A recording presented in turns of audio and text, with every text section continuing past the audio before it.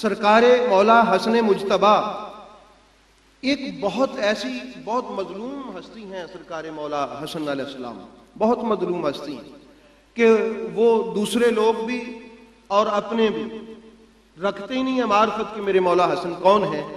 मेरे इमाम हसन मुजतबा वो हैं कि जिनको हजरत अबू बकर सिद्दीक कंधों पे उठा के लोगों को पहचान कराते फिरते थे कि पहचानो लोगों ये कौन है।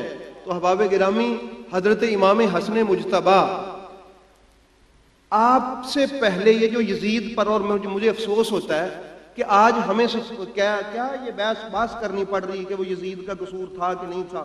कैसा दौर आ गया भाई, इस पे भी वो जो है ना वो मुसीबतें पड़ी हुई हैं कि यजीद का कसूर था कि नहीं था। भाई जो लोग आज यजीद के नाम पे बिके हुए हैं,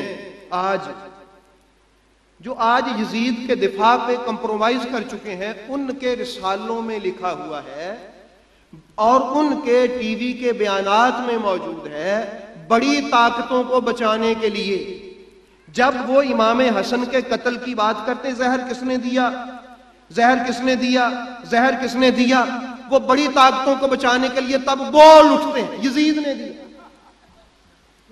ऐसा है कि ये लिखा है ना उन्होंने, और बोला भी वो जी जहर यजीद ने दिया ताकि हुकूमत मेरे पास आ जाए।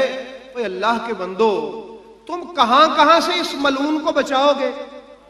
खुद दिफा करते फिरते हो और खुद ही इलाही इंतजाम देखिए कि जब बड़ी ताकतों की तरफ बात जाने का खदशा पैदा होता है तो फौरन बुखलाहट का शिकार होकर कहते हैं यजीद ने कत्ल किया इमाम हसन को। भाई हुसैन अलैहिस्सलाम के कत्ल की बाद में बात कर, पहले फैसला कर कि हसन का कातिल कौन है। अगर इमाम हसन मुजतबा के कत्ल में तुझे यजीद नजर आता है तो वहां ना भी जा तो फैसला हो चुका। हजरत हुसैन के कत्ल पर ना भी जा तो फैसला हो चुका, जो एक रसूल के बेटे का कातिल है। और मैं हैरान हूं, आज 1500 साल बाद ये बुखलाहट का शिकार होके रिवायात पढ़ के क्या उठता है कि वो जी यजीद को जहर दिया, उसने अपने इमाम हसन अलैहिस्सलाम को जहर दिया, यजीद ने जहर दिलवाया। आज इसको पता है कि यजीद ने जहर दिलवाया, तो यजीद को मुसल्लत करने वालों को पता न लग सका कि ये जहर किसने दिलवाया है। तो अहबाब गिरामी समझिए जरा, इसलिए मैं कहता हूं झंझोड़ के बाजू पकड़ के मोहब्बत से पूछ लें, भाई हुसैन अलैहिस्सलाम की बारी तो तूने ये बात शुबा में डाल दी कि मुझे नजर नहीं आया, जिस तरह मुफ्ती साहब किबला फरमा रहे थे कि नजर आएगा अगर तुम हमारी ऐनक से देखो तो हम तुम्हें किताबें दिखाते हैं। वो तो शुबा में डाल दिया, लेकिन हसन की बारी तो खुद बोल उठा कि इमाम हसन अलैहिस्सलाम को जहर यजीद ने दिलवाया। भाई जो रसूल पाक के बड़े बेटे का कातिल है अभी भी मुसलमान नजर आता है, अभी भी इंतजार में हो कि हुसैन अलैहिस्सलाम के कत्ल से कोई कनेक्शन हमें नजर आए तो हम जी यजीद को कुछ कहें। कोई नाम दिया हुसैन अलैहिस्सलाम के कत्ल के लिए, इस बात को फैसला इमाम हसन अलैहिस्सलाम के कत्ल पे हो चुका है कि अगर यजीद कातिल है यानी उनकी नजर में, तो फिर अगर यजीद ने यह जहर दिया तो फैसला तो किबला शुरू से फिर हो चुका है। जितना जुल्म हजरत इमाम हुसैन अलैहिस्सलाम के कत्ल का है वही जुर्म हजरत इमाम हसन के कत्ल का भी। अगर हुसैन अलैहिस्सलाम को कत्ल करने वाला रसूल का कातिल है तो हसन अलैहिस्सलाम का कातिल भी रसूल का कातिल है। वे बात समझ गए सारे? ये बात आप याद रख लेंगे मेरी कि हजरत हसन अलैहिस्सलाम के कत्ल पे ये खुद बोल उठे हैं कि वो जी यजीद का काम था ये कि उसने जहर दिलवाया। जब यजीद का काम तुझे पता चल गया है तो अब हजरत हुसैन अलैहिस्सलाम के कत्ल पे सियासत न कर, रसूल के पहले बेटे के कातिल को कातिल समझ के उस पर लानत भी कर और उसके कुफर का ऐलान भी कर। अगर तू सगा है मेरे मुस्तफ़ा करीम अलैहिस्सलातु वस्सलाम का, और इतना भी मजलूम कभी कोई हुआ है, मैं दोस्तों से कहा करता हूं, आप अहबाब मुझे बताइए, जितने भी आप बैठे हुए हैं आप में से कोई एक भी ऐसा है या आपके ताल्लुकदारों में कि जिसका जनाजा वापस आया हो और उसी के अपने घर से ही वापस कर दिया गया हो, उसी के घर से, अपने घर से? कभी ऐसा किसी के साथ आपके साथ हुआ? कभी? वो जी ये किस तरह हो सकता है कि कोई अहले बैत को गालियां दे, ये किस तरह हो सकता है जी कि कोई हजरत इमाम हसन हुसैन को गालियां दे? और ये वाकया भी इन्होंने खुद लिखा हुआ है अपने रिसालों और किताबों में कि एक शामी शख्स आया, उसने इमाम हसन को गालियां दी और इमाम हसन मुजतबा ने उसके साथ उसने सलूक किया कि अगर तुझे मकान की जरूरत है, खाने की जरूरत है, लिबास की जरूरत है तो मैं देता हूं। और वो पुकार उठा कि खुदा बेहतर जानता है कि नबूवत को किस घर में रखना है। शामी शख्स आया, अल्फाज पे तवज्जो रखिए, वो गालियां देने वाला शख्स कहां से आया? शाम से आया। पता चला कि शाम के लोगों का मिजाज क्या था।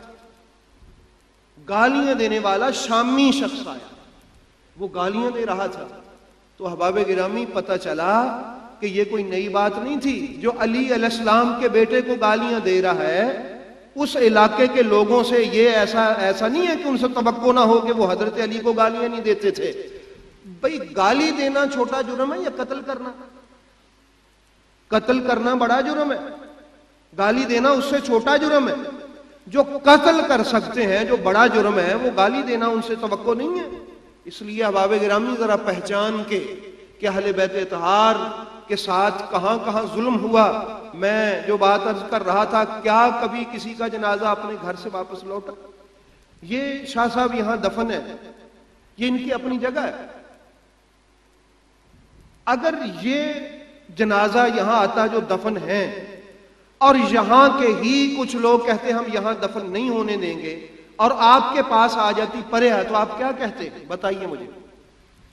पंचायत में फैसला आपके पास आ जाता है तो आप कहते कि भाई जगह उनकी है, घर उनका है, आप क्यों रोकते हैं? तो अहबाब गिरामी अब देखिए ना, सरकार मौला हसन मुजतबा की मजलूमियत को और अहले बैत इत्तहार की मजलूमियत को, कि घर उनका है, रोजा और वो कमरा उनके नाना का है, जगह उनकी अपनी है, फिर भी जनाजा वापस हो गया।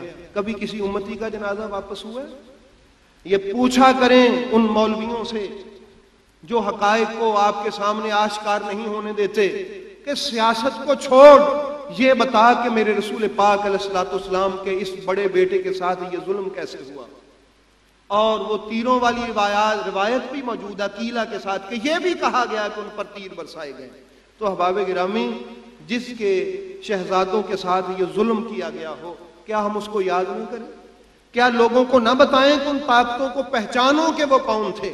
ये आस्थाने, ये खानकाहें, इनकी ड्यूटी है कि रसूल पाक के वफादारों का भी तारुफ करवाएं, रसूल पाक के गद्दारों का भी तारुफ करवाएं। तो इसलिए, और वो सुलो इमाम हसन को अगर किसी ने समझना हो ना, उस दौर के सियासी हालात को देखना पड़ेगा।